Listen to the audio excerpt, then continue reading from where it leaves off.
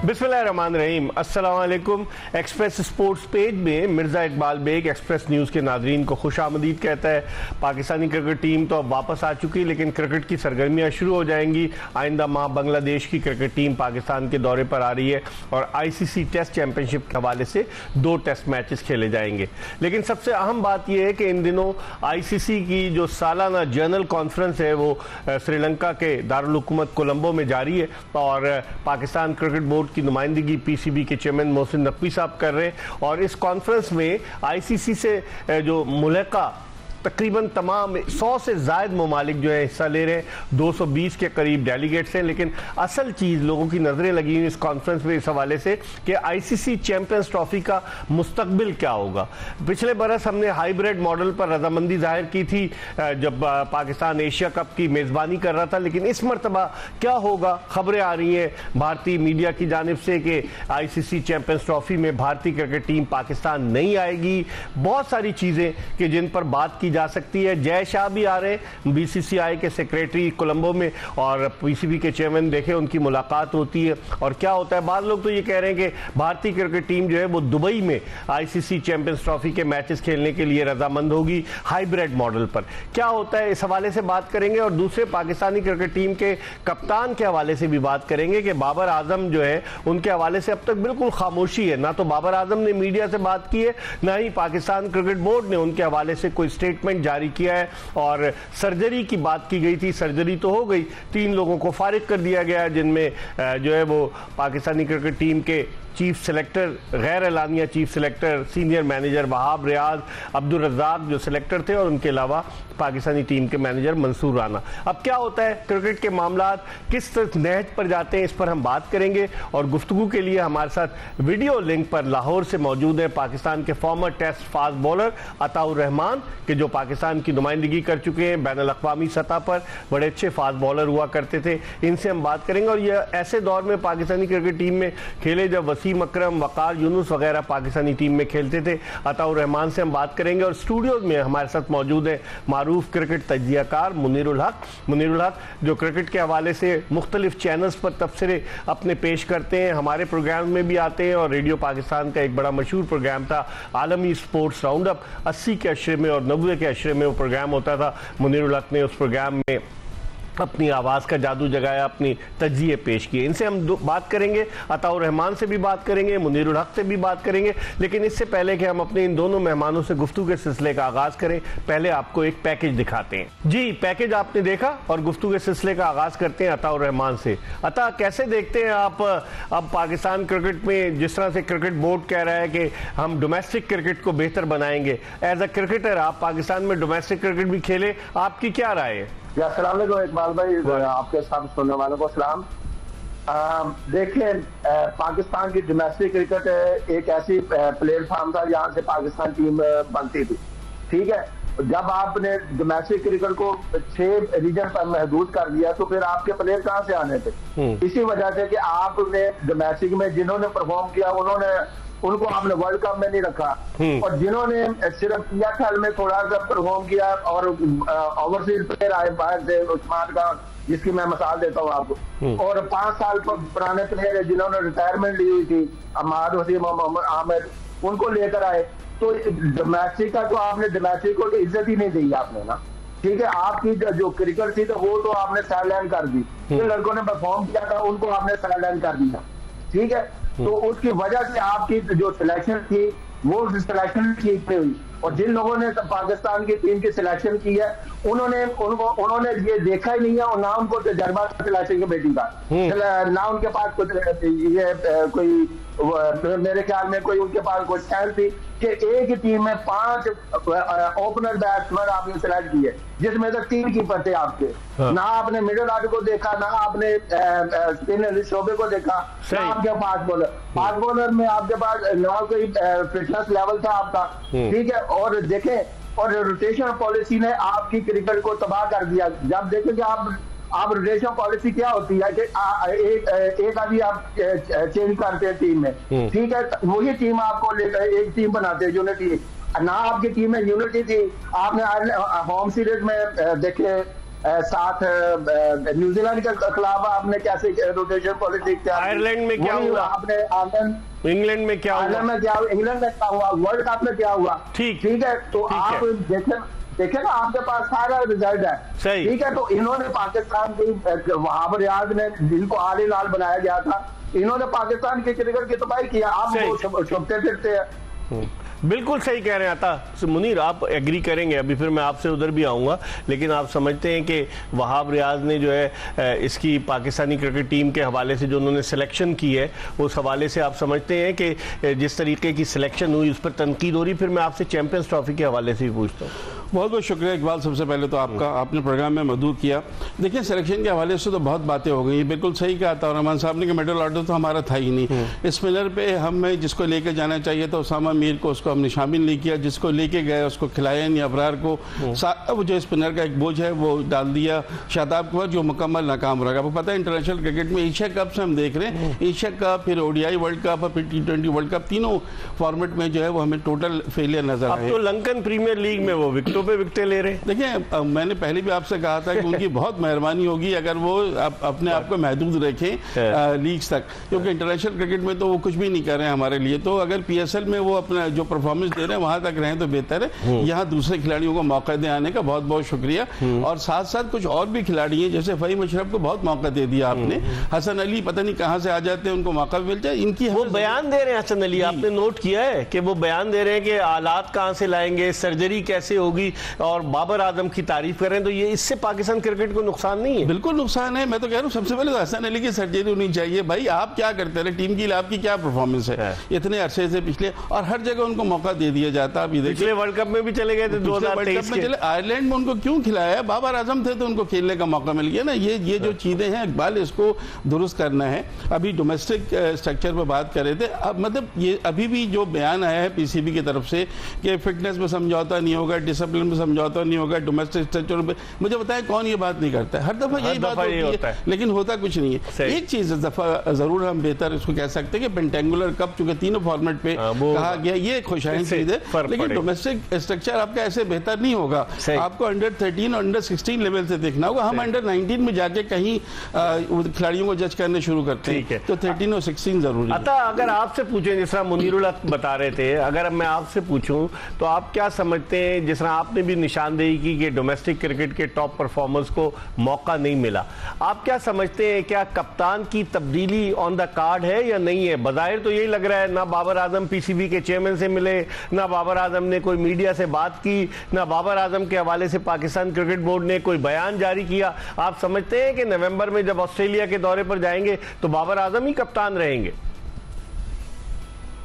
इकबाल भाई, बड़ी आपने बातें आपने पूछ ली है मुझसे, लेकिन मैं थोड़ी सी जो इन्होंने सर्जरी का कहा था, मैं उसमें भी थोड़ा सा आता हूँ कि इन्होंने सर्जरी क्या की है। जब आपकी टीम में ग्रुपिंग हुई है, आपके मैनेजर साथ है, आपके जो टीम सिलेक्टर है वो मैनेजर का भी अदा कर रहे हैं, साथ टीम के ट्रैवल भी कर रहे हैं। कभी आपने हिस्ट्री में देखा है, दुनिया की हिस्ट्री में, कि कोई सिलेक्शन कमेटी साथ ट्रैवल कर रही है और ड्रेसिंग रूम में बैठी हुई है? इसकी वजह यह है कि लड़के अंडर प्रेशर थे। ठीक है, अब मोहम्मद आमिर को आउट किसने कराया? वहाब रियाज ने। गैरी कस्टन का ये नहीं था साथ, उसने ये डिसीजन नहीं लिया था। मोहम्मद आमिर क्योंकि उसकी एज इतनी है कि उसने जो 19 ओवर काट दिया था ना, उसने अपना पूरा 100% दे दिया था, जिसकी वजह से उसकी बॉडी एग्जॉस्ट होगी। ठीक है, वहां से देखे, वहां पे आप किसी यंगस्टर या नसीम शाह को देते या शहीन शाह को देते कि आपके मेन बॉलर थे, ठीक है, तो उस वक्त आप देते तो डिफरेंट रिजल्ट होता। ठीक है, वहीं से पाकिस्तान अगर USA से हार गई, ठीक है, फिर आप इंडिया को, मैं कप्तानी की बात कर रहा हूँ, कप्तानी को आप क्या कहेंगे? कप्तानी के हवाले चेंज मुतवक्के है? कप्तानी में भी आ रहा हूँ। देखिए, दो कप्तान अपनी टीम को 120 तक नहीं ले जा सकता, ठीक है, उसकी कप्तानी पे तो क्वेश्चन मार्क, देखे ना, कप्तानी पे तो क्वेश्चन मार्क आया। देखे इकबाल भाई, मैंने दुनिया के ग्रेट प्लेयरों के साथ खेला, जिसमें इमरान भाई भी थे, कप्तान थे, जुएद भाई भी थे, वसीम अकरम भी थे, ठीक है, सलीम मलिक भी थे, लेकिन जब कप्तान खुद डील करे, और उसकी टीम पसंद की टीम में वो बोल ही ना सके अपनी टीम जो उसने खिलानी है, तो उस कप्तान का क्या हाल होगा। ठीक है, यही हुआ वो बाहर था उसने कप्तानी लेने के लिए इनके साथ जो इन्होंने किया वो आबरियात वगैरह की टीम ने वही करता रहा। कई लड़कों की तो टीम में जगह नहीं बनती थी। ठीक है, वो भी आगे। अब आप देखो कप्तानी जो है ना, अब पाकिस्तान क्रिकेट बोर्ड को सोचना चाहिए, ठीक है, जिन लड़कों ने ये थोड़ा सा डाल रहे हैं इनको बोल्ड स्टेप लेने चाहिए भाई। यही वो टीम है जो 10 साल से खेल रही है, इनको साइडलाइन करे। इनमें तो जो अच्छे 2-4 प्लेयर आपके पास है वो रखे, वो कप्तान ढूंढे आप। ठीक है, अतः आप हमारे साथ रहिएगा, हम एक ब्रेक की तरफ बढ़े। जब ब्रेक के बाद वापस आएंगे तो मुनीरुल हक से पूछेंगे कि क्या सूरत हाल है। शाहीन शाह अफरीदी को टारगेट किया जा रहा है, उनको जो रिपोर्ट पाकिस्तान क्रिकेट बोर्ड ने तो नहीं लेकिन जराए से जो रिपोर्ट आई है उसमें कहा गया है कि वो इनडिसिप्लिन थे। तो अगर वो इनडिसिप्लिन थे, उनकी इंग्लैंड के दौरे में अगर तल्ख कलामी हुई मोहम्मद यूसुफ से, तो उनको वापस क्यों नहीं भेजा गया। और मोहम्मद यूसुफ जो कि माजी में जिनके बारे में कहा जाता है कि डिसिप्लिन के हवाले से बड़े सवालात हैं उन पर, तो वो इस वक्त सिलेक्शन कमेटी में मौजूद है। इस पर बात करेंगे। अताउर रहमान हमारे साथ वीडियो लिंक पर मौजूद है और मुनीरुल हक स्टूडियोज में मौजूद है। जब वापस आएंगे तो मुनीरुल हक से उनकी राय जानेंगे, कहीं जाएगा नहीं। Stay tuned to Express news. Welcome back after the break. हमारे साथ स्टूडियो में मौजूद है क्रिकेट तज्जियाकार मुनीरुल हक और हमारे साथ वीडियो लिंक पर लाहौर से मौजूद है पाकिस्तान के former test fast bowler Ataur Rahman.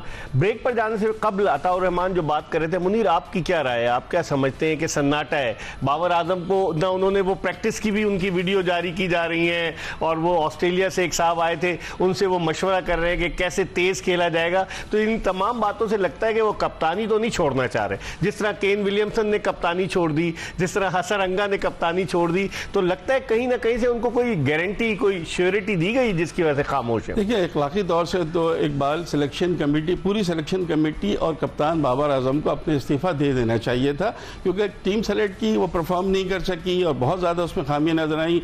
Babar Azam की कप्तानी में बहुत खामियां नजर आई। तो बेहतर ये था कि दोनों रिजाइन दे देते तो एक थोड़ा सा अपना एक वक़ार रह जाता। और फिर जिस तरह इनको बरतरफ किया है दोनों खिलाड़ियों को, तो वो भी एक ज़रूरत उसकी नहीं पड़ती, एक तो चीज़। लेकिन हमारे यहाँ अखलाकी जवाब नहीं होता। अगर अखलाकी जवाब होता तो शाहीन शाह अफरीदी को जब कप्तानी से हटा के बाबर को दी जा रही है, बाबर को सब कप्तानी नहीं लेनी चाहिए थी। हम सब ये बात कह रहे थे। आपको याद होगा कि जब बाबर के खिलाफ एक कैंपेन चल रही थी कुछ अर्से पहले, तो शाहीन शाह अफरीदी ने एक ट्वीट किया था कि सोचना भी नहीं चाहिए। आपको याद होगा, नहीं उस वक्त उनकी दोस्ती थी, ट्रेंड चल रहा था। उस तो उनकी दोस्ती थी, आपस में मोहब्बत थी, वो सारी चीजें। अब आप कप्तान चेंज करेंगे तो किसको करेंगे? या तो आप शाहीन अफरीदी को लाएंगे या मोहम्मद रिजवान को लाएंगे, इससे कोई फर्क नहीं पड़ेगा। और इकबाल शान मसूद भी एक उम्मीदवार आए। मैं यही आपसे कह रहा हूँ, अगर आपको ग्रुपिंग का लगता है अभी भी खतरा, अभी 4 महीने हैं ऑलमोस्ट कोई वनडे सीरीज शुरू होने में, तो अभी आपके पास टाइम है। और 5 इस दौरान में 5 टेस्ट मैच भी शान मसूद खेल लेंगे एज ए टेस्ट। अगर वो परफॉर्मेंस सही रहती है तो शान मसूद के कप्तान बनने में कोई हर्ज नहीं है, बिकॉज के उससे कम से कम ग्रुपिंग नहीं होगी। ग्रुपिंग नहीं होगी। ये बड़ा अच्छा मुनीरुल हक ने कहा। अता आप क्या कहेंगे, ग्रुपिंग खत्म करने के लिए कुछ न कुछ कड़वे घूंट तो पीना पड़ेंगे ना? देखिए इकबाल भाई, आपको पता है कि जिस दौर में हमने क्रिकेट खेली है तो उस वक्त जो ग्रुपिंग थी ना वो बड़ी हाई क्लास की थी। हाँ, बगावत भी हुई है कप्तानों के खिलाफ। सही। हाँ, कप्तानों का कईयों को कप्तानी से उतारा गया, प्लेयर ग्रुपिंग थी, अंदर परफॉर्म करके कईयों को उतारा गया और कईयों को कप्तान बनाया गया। ठीक है, लेकिन बात यह है कि वो बड़े परफॉर्मर थे। उस वक्त बोर्ड भी सोचता था कि इनको निकाले तो कहां से इनकी रिप्लेसमेंट लाएंगे। ठीक है, तो वो चक्कर तो नहीं है, क्योंकि अब इन्हें बड़ा प्लेयर है नहीं है, क्योंकि तो बड़ा प्लेयर तो वो होता है जो परफॉर्म करे। ठीक है, जो टीम को लीड करे। कप्तान भी वही बड़ा होता है जो परफॉर्म करके टीम को जितवाता है। तो आपके कप्तान की परफॉर्मेंस भी वैसी नहीं रही। ठीक है, और इन प्लेयरों के भी ऐसी नहीं है। जिन प्लेयरों ने ग्रुपिंग की है, क्रिकेट बोर्ड को चाहिए कि आप इनको सेलेक्ट करें। टीम तो आपकी पहले ही आ रही है। ठीक, आपकी टीम तो 8 महीने से की तो नहीं रही। सही। तो इसका मतलब अगर आपने ग्रुपिंग खत्म करनी है ना, तो इन प्लेयर को साइड लाइन करे। तो ये परफॉर्मर नहीं है। ठीक, आप 10 साल से जो खेल रहे हैं। हाँ, सही है। ठीक है, ठीक है ना, जिस तरह से ये कह रहे हैं मुनीर अताउर रहमान जिस तरह से कह रहे हैं कि हमें कड़वे घूंट तो पीना होंगे, अगर हम T20 की टीम में, आप समझ रहे हैं वो जो लोग बड़े खुश हो गए थे कि जब पाकिस्तान भारत से हारा था 9 जून को और चेयरमैन का स्टेटमेंट आया था कि सर्जरी होगी, लोग खुश थे कि कुछ ना कुछ उठक पटक होगी, लेकिन सिवाय 3 आदमियों के आप बताएं मुझे और क्या हुआ। बल्कि इवन बिलाल अफजल साहब जो सिलेक्टर थे वो अब चेयरमैन के एडवाइजर बन गए। तो सिर्फ 3 ही आदमियों पर नजला गिरा है या आप समझते हैं कि सर्जरी प्रॉपर तरीके से होनी चाहिए? इकबाल, आगाज तो बहरहाल हुआ है और जिस तरह वहाब रियाज जो कि मेन उनके पर्सन कहा जाता था, हाँ। वो उनको अलग किया गया, तो उससे थोड़ा सा एक फर्क तो पड़ा है। लेकिन शाहीन शाह अफरीदी पर सिर्फ सारा मलबा डाल देना बिल्कुल मुनासिब नहीं है। रिजवान की क्या कंट्रीब्यूशन रही है, रिजवान किस तरह से पार्ट प्ले करते रहे, ये बड़ा इंपॉर्टेंट है। हो सकता है बहुत से लोगों को ना मालूम हो कि कहीं ना कहीं क्या रिजवान भी इसमें शामिल रहे। और रिजवान ने आते ही जो प्रेस कॉन्फ्रेंस की पेशावर में आपने देखी, चेयरमैन साहब हमारे बड़े हैं, जो कहेंगे, तो मतलब इससे कुछ अंदाजा तो लगाया जा सकता है। नहीं, देखिए, अगर रिजवान के दिल में कहीं पे ये है कि वो फ्यूचर के व्हाइट बॉल कैप्टन बन सकते हैं, तो मेरे ख्याल अभी तो ये मुनासिब नहीं होगा। मतलब जिस ग्रुपिंग की और जिस चीज की बात कर रहे हैं ये कंटिन्यू रहेगी। बेहतर ये है कि इन तीनों चाहे शाहीन शाह अफरीदी हो, बाबर आजम हो, रिजवान हो, इनको एज ए प्लेयर खिलाया जाए। हम ये नहीं कहते कि इनके एज ए प्लेयर भी आप इनको फौरी तौर से बरतरफ कर दें अनलेस एंड अनटिल को वाइटल प्रूफ ना हो। देखिए, अभी तो शाहीन शाह अफरीदी की सिर्फ ये बात सामने आई है ना कि मोहम्मद यूसुफ को बैटिंग कोच होते हैं, उन्होंने बॉलिंग, वो भी इंग्लैंड में हुआ था, वर्ल्ड कप में नहीं हुआ। उसके बाद उन्होंने माफी भी मांग ली थी, माफी मांग ली थी, तो मेरे ख्याल बात खत्म हो गई थी, लेकिन अभी तक डिटेल नहीं आई है। तो इसका मतलब टारगेट उन्हीं को किया जा रहा है ना? टारगेट उनको जो किया जा रहा है, दिस इज ऑल्सो रॉन्ग। अब मुझे ये बताएं ना, बाबर आजम की कप्तानी में हमें क्या मिला जो बाबर आजम से कुछ नहीं कहा जा रहा है? वो क्यों हर मैच में शादाब को खिलाते रहे, उनसे कोई नहीं पूछ रहा है। उनकी जब मर्जी आती ओपन आते, जब मर्जी आती साइम अयूब ओपन कराते। अबरार को क्यों नहीं खिलाया? अबरार को ना खिलाना सबसे बड़ा ब्लंडर है। ये तो मतलब पूछगछ होनी चाहिए। मैं यही कह रहा हूँ, एज ए कैप्टन बहुत सारी उनकी कंप्लेंट्स हैं, बहुत गलत उन्होंने किया, उस पर बिल्कुल उनकी होनी चाहिए। साथ साथ हमें रिजवान कैप्टन नहीं थे, कुछ भी नहीं थे, लेकिन कहीं क्या रिजवान ऐसा पार्ट प्ले कर रहे थे मुमकिन है तौर पर, आई एम नॉट श्योर कि उससे बहुत फर्क पड़ रहा था कहीं पे। ये चीजें हमें बहुत चीजें देखनी होंगी। और मैं इसलिए शान मसूद को कप्तान बनाने की बात कर रहा था कि उनको अगर आप खिलाएं, लेकिन उसके लिए एक जरूरी चीज है कि शान मसूद को अपनी बैटिंग परफॉर्म करना पड़ेगा। शान मसूद टीम में ना ले, कैप्टेंसी का उनका कोई इशू नहीं है। वो इंग्लिश काउंटी को कर चुके हैं, PSL में कर चुके हैं, यहाँ इशू नहीं है। उनका इशू सिर्फ ये है कि वो पर्सनल कैसा खेल रहे हैं, क्योंकि हम जाहिर है माइक ब्रेनली तो नहीं बना सकते उनको। हम चाहते हैं कि वो बैटिंग भी करें, अच्छी बैटिंग करके उनको वो करें। ठीक है जी। अता, अब आप क्या कहेंगे जो मुनीरुल हक ने कहा, आपका तजिया क्या है? क्या होना चाहिए कि जो लोग अगर आपस की रस्साकशी है, कशमकश है, तो उनके बजाय किसी और को जिम्मेदारी सौंपी जाए? देखिए इकबाल भाई, मैं पहले तो मैं तो ठीक है, जब उसको आप 8 वीक पहले उसको उतार रहे हैं, ठीक है, आप कप्तानी ले रहे हैं, तो आपने तो खुद मसला खड़ा कर दिया, ठीक है। अगर आपने उसको कप्तान बनाया तो 4 मैचों के लिए ना कप्तान बनाया ना आपने, 5 मैच। आप बाबर को भी चाहिए था, तो वो स्टेप डाउन का, तो वो कहना चाहिए ये कप्तान है, इसको कंटिन्यू रखे। वर्ल्ड कप के बाद डिस्टेंस की परफॉर्मेंस क्या थी है, ठीक है। जब ये चीजें हुई आपने उसको उतार दिया तो ये चीजें तो सामने आई थी, क्योंकि उसको एक being a senior player performance, ठीक है, आपका मेन फास्ट बॉलर था। जब आपने उसके साथ किया तो फिर ये चीजें आई हैं, ठीक है। तो ये चीजें उसके लिए भी अच्छी नहीं हुई, और सब फिगर आप उस पर पॉइंट फिंगर कर रहे हैं कि जी इसकी वजह से हुआ। भाई आपने तो खुद उसको दावत दी है, आपने खुद टीम को खराब किया, आप लोगों ने खुद सिलेक्शन ऐसी की है, ठीक है। और ऊपर से जब आप इसके साथ छेड़ेंगे तो वो पहले डिस्पॉइंट था, ठीक है। तो ये चीजें अच्छी नहीं है पाकिस्तान क्रिकेट। ठीक है। अच्छा मुनीर, जिस तरह से अता कह रहे हैं, लेकिन आप देखें ना कि अगर वो टीम में इनडिसिप्लिन था शाहीन शाह अफरीदी, आखिरी मैच आयरलैंड के खिलाफ अगर वो 2 छक्के नहीं मारता, किसने जितवाया? बिल्कुल, आयरलैंड के खिलाफ वो शुरू में विकेटें नहीं लेता, तो वो आप मुझे बताएं ना, बाबर तो दूसरे एंड पे था। तो अगर एक आदमी वो इस तरह की चीजें कर रहा है, और अगर आप इतने पावरफुल थे तो आप उसको वतन वापस भेज देते। जैसे 2007 में आपको याद है शोएब अख्तर और मोहम्मद आसिफ के दरमियान वो झगड़ा हुआ 2007 के T20 वर्ल्ड कप में उन्होंने शोएब अख्तर को वापस भेज दिया था। तो फिर इसका मतलब है आप कमजोर है ना, कप्तान भी कमजोर था, सीनियर टीम मैनेजर भी कमजोर था, और फिर उस तरह से फिर काम चलता रहा। वर्ल्ड कप में इकबाल अफरा तफरी थी टीम में, आप देखें ना, कोई प्लानिंग नहीं थी, कप्तान अपनी मर्जी से टीम सेलेक्ट कर रहा है, सब खेले, इंडिविजुअल परफॉर्मेंस हो रही थी। वरना ऐसी इंडिविजुअल परफॉर्मेंस नहीं होती कि हारिस रऊफ जैसा बॉलर आखिरी 3 गेंदों पर 11 रन दे दे, या ऐसा नहीं होता कि मोहम्मद आमिर जो 3-3 वाइड कर दें। अजीब से सूरत है, ऐसा लग रहा था कप्तान के कंट्रोल में चीजें नहीं है, उनको खिलाना भी मजबूरी थी, अपने जो उनके पसंद के, और वो खुद भी परफॉर्म नहीं कर रहे थे ना, मजे की बात है। मैं यही कह रहा हूँ, जब आप अपने हिसाब से प्लेइंग 11 सेलेक्ट करते हैं तो आपको रिजल्ट देना पड़ता है। यही रिजल्ट अगर उनके पॉजिटिव उनके हक में होता तो शायद ये सारी बातें हम नहीं कर रहे होते, ना ग्रुपिंग की बात हो रही थी, ना अपने खिलाने की बात हो रही थी। लेकिन चूंकि रिजल्ट, और रिजल्ट भी इतना बुरा कि आप अमेरिका से हार गए, भारत के खिलाफ 120 नहीं कर सके, आयरलैंड से आप हारते हारते बचे हैं, और अगेंस्ट कनाडा भी आपकी टीम जो है वो बड़े हालात से दो चार थी। तो वहां पर ये चीजें ऐसी हैं कि इनको बहुत देखनी। एक बार असल चीज पता है क्या है, अब पाकिस्तान के पास इस वक्त जो है ना, हमने क्या किया था कि हम 3-4 खिलाड़ियों को बड़ा पिंच हिटर समझ के ले गए थे। हम उस्मान खान को ले गए थे, आजम खान को ले गए थे, इफ्तिखार को ले गए थे, टोटल फेलियर हुआ इनका। आजम को 4 मैच मिले, 20 रन उन्होंने मजमूई तौर पर वर्ल्ड कप में बनाए। आजम तो खैर, उस्मान खान की मैं बात कर रहा हूँ, आजम को तो खैर बिल्कुल 2 मैच मिले शायद, वो तो इंटरनेशनल लेवल पे तो अभी उनको कई जगह पे वो हमें नजर नहीं आया कि शॉर्ट पिच को वो थोड़ा मुश्किल हो रही है। इस पर हम मजीद बात करेंगे। प्रोग्राम में वक्त हो गया एक ब्रेक पर। स्टूडियोज में हमारे साथ मौजूद है मुनीर उल हक, सीनियर तजज़ियाकार, और वीडियो लिंक पर हमारे साथ लाहौर से मौजूद है former test fast bowler Ataur Rehman. Break के बाद वापस आएंगे, मजीद डिस्कस करेंगे पाकिस्तान क्रिकेट के हवाले से, कहीं जाएगा नहीं। Stay tuned to Express. Break के बाद एक मरतबा फिर सीनियर क्रिकेट तजज़ियाकार मुनीर उल हक जो हमारे साथ स्टूडियो में मौजूद हैं, और पाकिस्तान के former test fast bowler Ataur Rehman जो इस वक्त वीडियो लिंक पर लाहौर से हमारे साथ मौजूद हैं। इन दोनों के साथ शो में आपको खुश आमदीद कहते हैं। और ब्रेक पर जाने से कबल हम पाकिस्तान क्रिकेट के मामलात के हवाले से बात कर रहे थे, अब थोड़ी सी बात कर लेते हैं चैंपियंस ट्रॉफी के हवाले से। अगले बरस चैंपियंस ट्रॉफी पाकिस्तान में मुनक्किद होना है। पाकिस्तान क्रिकेट बोर्ड ने जो टेंटेटिव शेड्यूल है वो भेज दिया है कि ये 19 फरवरी से 9 मार्च तक होगी, 3 शहरों में होगी। ग्राउंड्स की रेनोवेशन का काम भी शुरू हो गया। गद्दाफी स्टेडियम की मेन बिल्डिंग जो है वो डिमोलिश करके वहां पर नई बिल्डिंग बनाई जा रही है। लेकिन क्या भारत पाकिस्तान आएगा खेलने के लिए, नहीं आएगा, ये सवाल पाकिस्तानी शायकीन क्रिकेट के जहनों में गर्दिश कर रहा है। अता से पहले पूछते हैं और फिर मुनीर उल हक से पूछेंगे। अता, आपको क्या लग रहा है कि भारत हाइब्रिड मॉडल के लिए इंसिस्ट करेगा, या आप समझते हैं कि वो आएगा खेलने? देखिए इकबाल भाई, हम जब भारत हमें बुलाता है तो हम जाते हैं, ठीक है। और अब हमारे चैंपियन ट्रॉफी हमारे मुल्क में होनी है,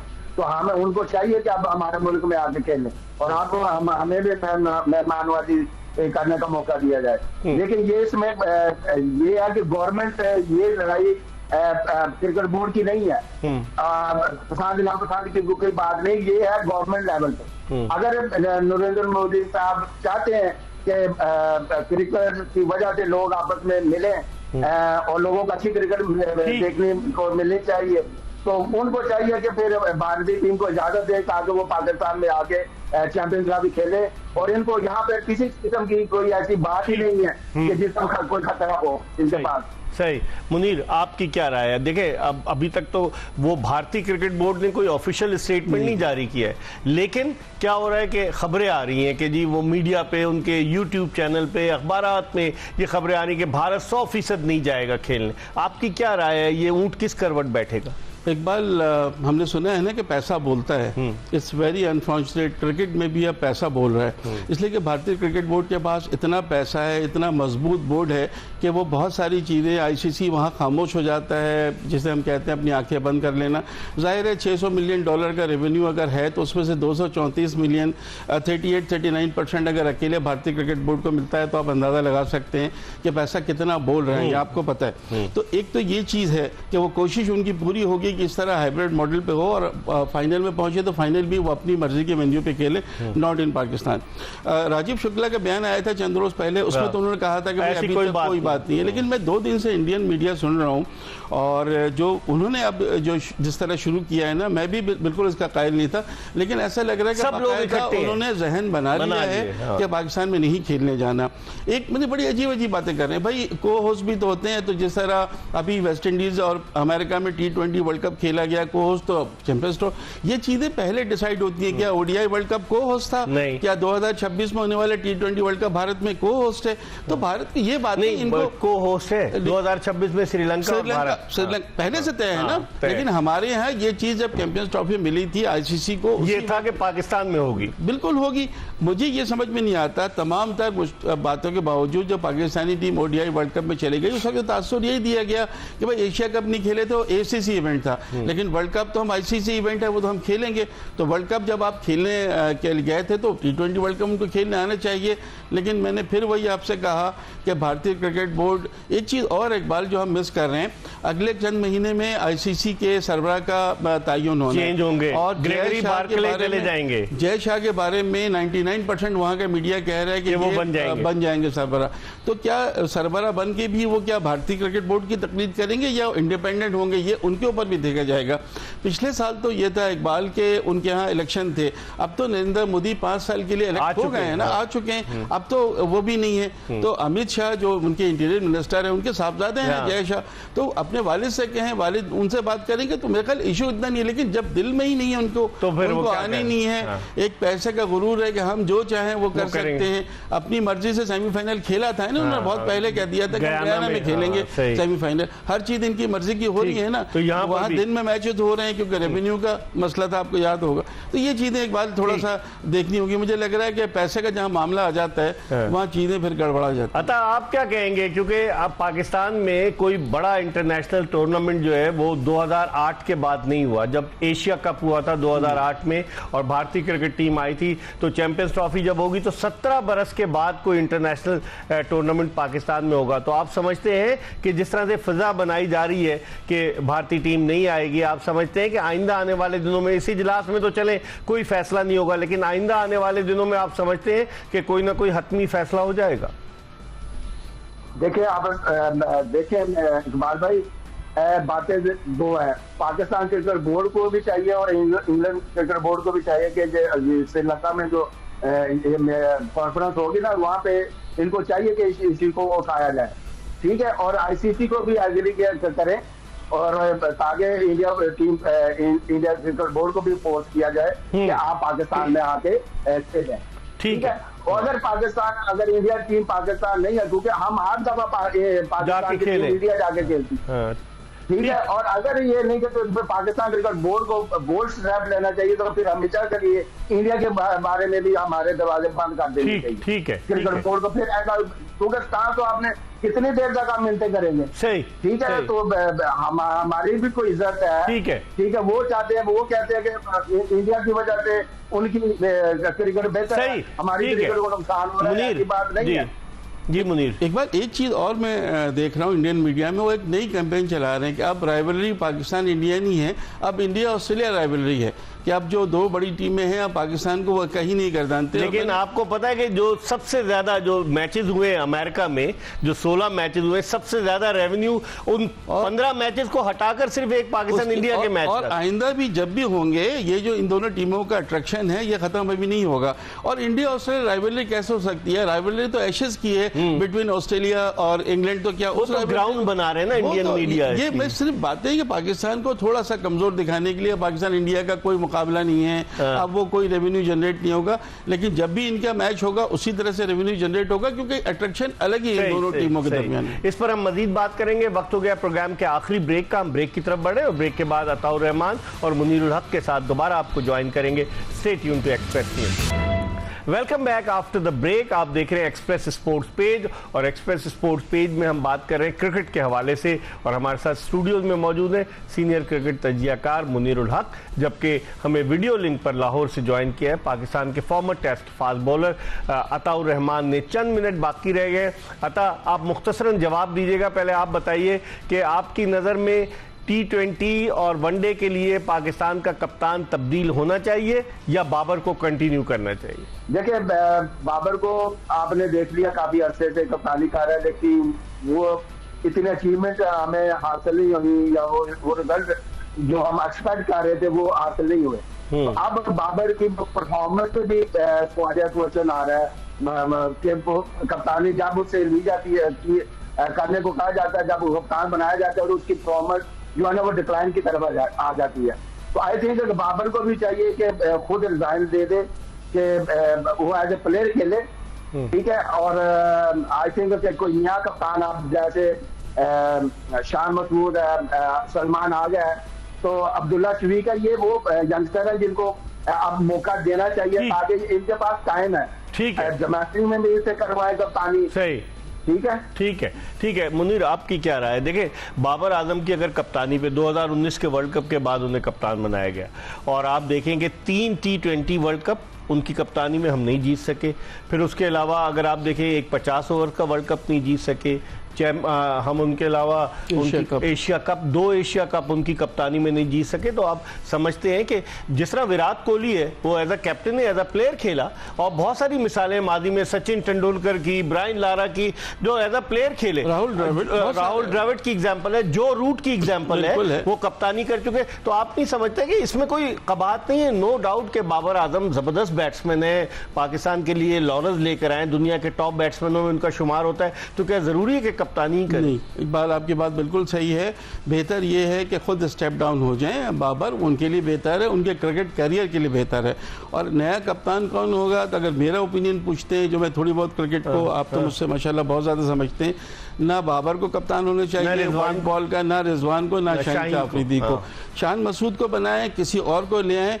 ग्रुपिंग बात लोग कह रहे थे फखर जमान का नाम भी नहीं, फखर जमान वो मैं उनकी कंसिस्टेंसी नहीं है, कंसिस्टेंसी भी नहीं है। दूसरा कैप्टन मटेरियल शायद वो नहीं है जितना हमने उनको देखा है। कभी उन्होंने कहीं हमने उनको कप्तानी भी करते नहीं देखा।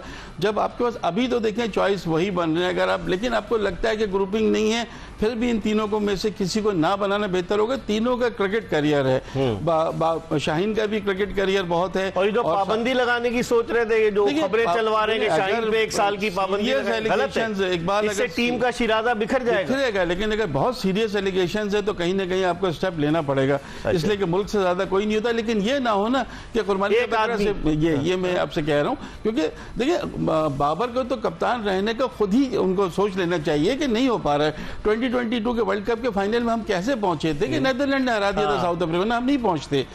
उसके बाद दूसरे हमने कोई और फाइनल फिर खेला नहीं। जब भी हुआ फर्स्ट राउंड में हार गए, या हम जल्दी एशिया कप का खेले थे श्रीलंका से फाइनल, वो भी हार गए थे। मैं यही आपसे कह रहा हूं कि एशिया कप तो बहरहाल ठीक है, नहीं एशियन लेवल पे, लेकिन अब तो हमारी टीम इस वक्त तो इतनी, एक बार सबसे ज्यादा जरूरी है व्हाइट बॉल की कैप्टन से ज्यादा जरूरी है माइंडसेट को चेंज करना।